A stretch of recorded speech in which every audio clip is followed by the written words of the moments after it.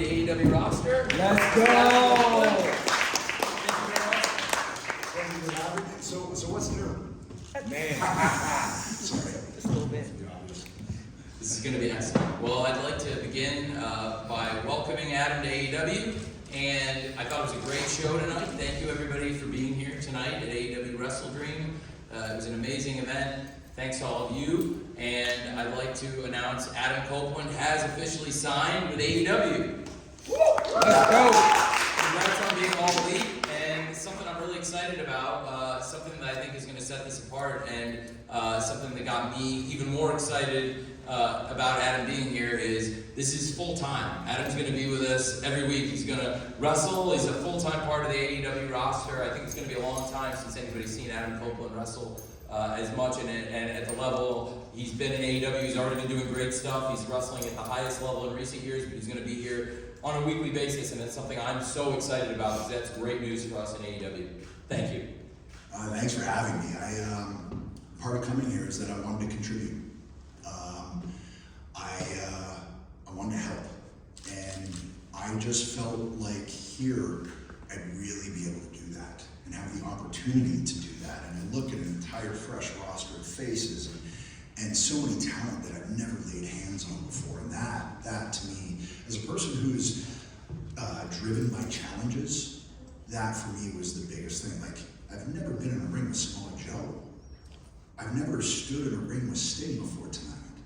After 31 years in the industry, that's never happened. And then I see a guy like Nick Wayne, or I see Swerve. There's just so many possibilities here, and for me at this stage of my career, that is so enticing, that is so exciting, that is so, I said it out there after the fact when I came back out there tonight, I felt free. That's just the word that popped, like I felt free, and it felt fun. And I felt almost like the same feeling I would have when I'd come out for my indie shows. You know, back when I was either Adam Impact or Sexton Hardcastle or something. And it was this brand new thing that I always wanted to do, and that feeling, I felt it out there tonight. And that, at this stage of my career, to feel that's special. That's, man, like, come on, 31 years in, to feel that way, that's a gift. And this is all I ever wanted to do, and this feels like an opportunity to come in and not just come in every 3 months. Like, I'm gonna be there every week. You know, I'm a full-time guy, and I want to do that for as long as that is possible, because I feel like that's how I can help the most. And more than anything, that's what I'm here to do.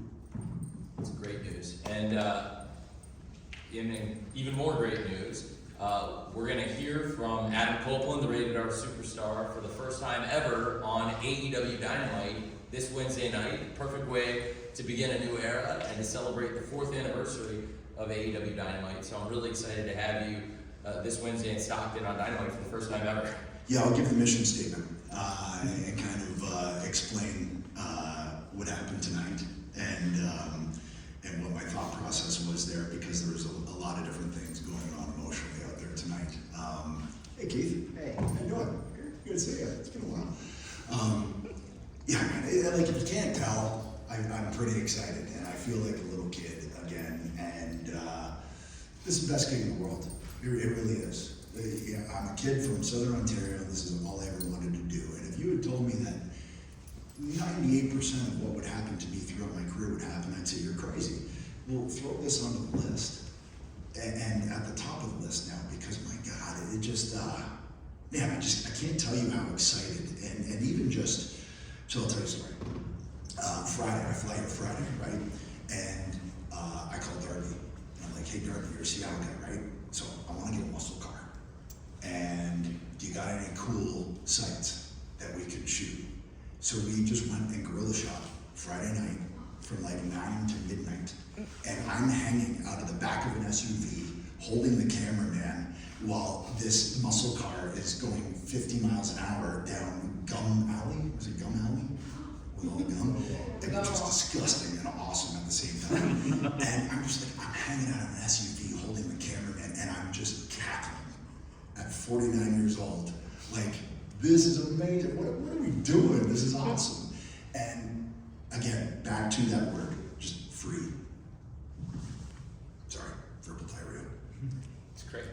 It's amazing. And I love seeing you like this. I'm so glad you're happy to be here, and you're jumping right into the fire. Not only are you going to be making your first ever appearance on Dynamite this Wednesday, but then the following week, first of all, you're also coming to Collision, I believe, in Utah Yes. on the 7th. So he's working both shows this week. We're going to see Adam Copeland, the Rated R Superstar, Wednesday night, Dynamite in Stockton for the first time ever, and we'll see him for the first time ever on Collision this Saturday. And then the following week, Dynamite is actually going to be on Tuesday, October 10th, for Title Tuesday. It's my birthday. It's going to be a great event. We're going to have a great time. I'm very excited about it. And I got the greatest birthday present in the world because the newest member of the AEW roster, the Rated R Superstar, Mr. Adam Copeland, has requested a match on October 10th in Kansas City. And we got a little preview of that action tonight on Wrestle Dream. Based on your request, it's going to be Adam Copeland, the Rated R Superstar, versus Luchasaurus on Tuesday, October 10th in Kansas City. And Luchasaurus is a multiple-time champion, one of the toughest wrestlers in AEW. It's going to be a great debut match for you. It'll be hard. But I will say, Luchasaurus is a guy that I always saw and saw so much potential in what he brings to the table. It's also kind of jumping into the deep end of the pool, but that's what I do. It's awesome. It's so great. And we can take some questions, Mandy, if you want to. Yeah, sure. Right here in the front. All right, thank We you. can get one for both of you. Lyrics from monthly peer. So compared to a lot of your other peers from your generation, you spent most of your career in one company. Yep. So now that you're in AEW, what are one or two of those bucket list items that you're looking to accomplish? Whether it's an opponent or a match type, what's something that you're really excited to do? You know, when I talked to Tony, I said, just in looking at the roster very quickly, like there's 14 names. I mean, that's just from a quick little cursory glance. But like I said, I mean, I've never faced Samoa Joe. That's really exciting to me. I've never faced or been in the same ring as John Moxley. Highly interesting to me. Claudio, never been in the ring. Like, there's so many different talent here that I have a lot of respect for, and I'd really like to feel what that is. Kenny Omega. Like, that's never happened. I just met him. I've never met before, you know. There's a lot here to see and to challenge myself with. And again, that's my entire life has been built on challenges. So to look at that, oh God, a guy like me, that's a steak dinner waiting to be eaten. Two more questions right here. Emily May with Sportskeeda Wrestling. Okay. So everyone was so excited, the fan reaction to have you debut tonight. And what I would love to know is how did these conversations begin, and what can we look forward to, not only perhaps in ring, but also will you be helping out backstage perhaps in developing AEW talent or creating storylines? I've always been a person that enjoys that process in terms of being heavily involved in the creative process and the direction of storylines, helping add little things. But those little things, when you put them together, they start to weigh a lot. I love that. I love detail, attention to detail, and just the little nuances. I love that. You know, I watch movies and I just, why'd they make that choice? I used to follow directors around, they'd be so annoyed. I'm like, why are you making that choice? Why are we turning around here? Why are we at this angle? I go to the DOP, go, what's going on here? What's going on with this lighting? I'm just fascinated. It's part of why I fell in love with this industry, is the storytelling element of it. You know, it's a form of art, and that's how I've always looked at it. And now it's an even more nuanced form of art, because it's so much more detailed, and the audience is so much more intelligent. So you have to work to that intelligence, and I absolutely plan to be helping out whoever wants help. Whoever comes and talks to me, I am an open book. And my 31 years of experience, if you want to tap into that, I'm a phone call, I'm a text, I'm a come talk to me face to that's always been how I've been.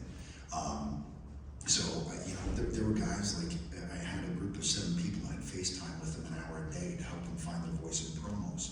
I love doing that stuff. So that's part of what I think I bring to the table when I come here.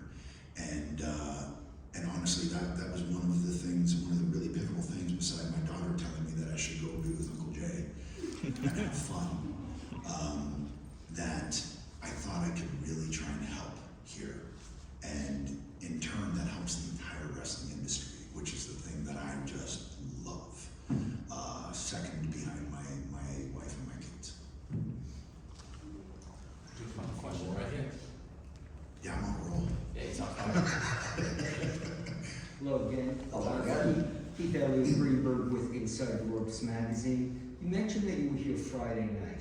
Now, there's a lot of people in this room who I think, had there been an Adam Copeland sighting, they would not have been able to contain themselves from tweeting about it. How did you manage to keep yourself scarce? Oh man, I was sequestered. I sequestered myself in a hotel room. So we were in some sketchy neighborhoods. Like Darby took us to some sketchy places. Like, ain't nobody here gonna worry about like Adam Copeland being here kind of thing, right? So nobody saw us, and then I went to my hotel room and I just like sneak out to get food. And this one kid, bless his heart, I'm at this burger joint, and I just really wanted a cheeseburger because I hadn't eaten for 14 hours. And I was like, I just want to get a cheeseburger. So I'm in there, and I'm sitting there and reading my book, because I bring a book everywhere when I eat. And I looked up and he went, okay. And that was it. That was the only time that I had that encounter, because the rest of the time I was like, Woody and all that. So yeah, that's what happened. I was out in Redmond.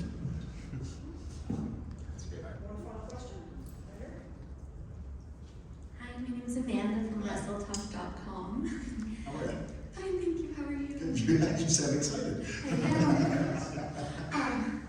So I've been authorized to ask this question. I'm not asking anything about contracts or anything of the like, but my favorite version of Adam Copeland is when he's with his lovely wife. Is there any chance that we might see you together here, or is that something that you'd like to do in the future again? I mean, anytime I get to be close to Beth, obviously I'm gonna, be pretty super excited about that. I don't know about the possibilities of that in the foreseeable, but I love being around her, obviously, and we've had a blast when we did get to work together. But where she will be instrumental without anyone knowing it is she's my sounding board. So if you've seen me do something, or you see something that you think worked, it was always bounced off Beth, and then she always gives me better ideas back. It's kind of amazing to be married to a Hall of Famer. It's pretty cool. Who can suplex you? It's great. We maybe get one more, I think. Oh, you got a hose, man. Kevin Deers with Defy Wrestling. So the song you came out to tonight, iconic song. Yeah. Why was it important for you to come out to that as opposed to a new theme? And was it difficult to secure that? Do you own the rights to that, etc.? So Alter Bridge are my friends. Mark Tremonti, who wrote the song, is a very good friend. So that song's with me wherever I go.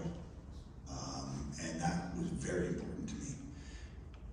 To me, I've always been very musically motivated, and I think it sets the tone for a character, and it also sets the tone for Adam to get in that place.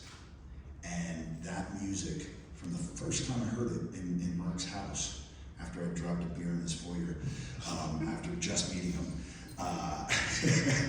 he played that for me with his scratch lyrics on it, and I was out with a neck injury. I was like, "Can I have that song?" He was like, "Absolutely, dude." And we just met. And 20 years later, here we are. And I called Mark and I said, "Hey, what do you think?" He was, "Absolutely."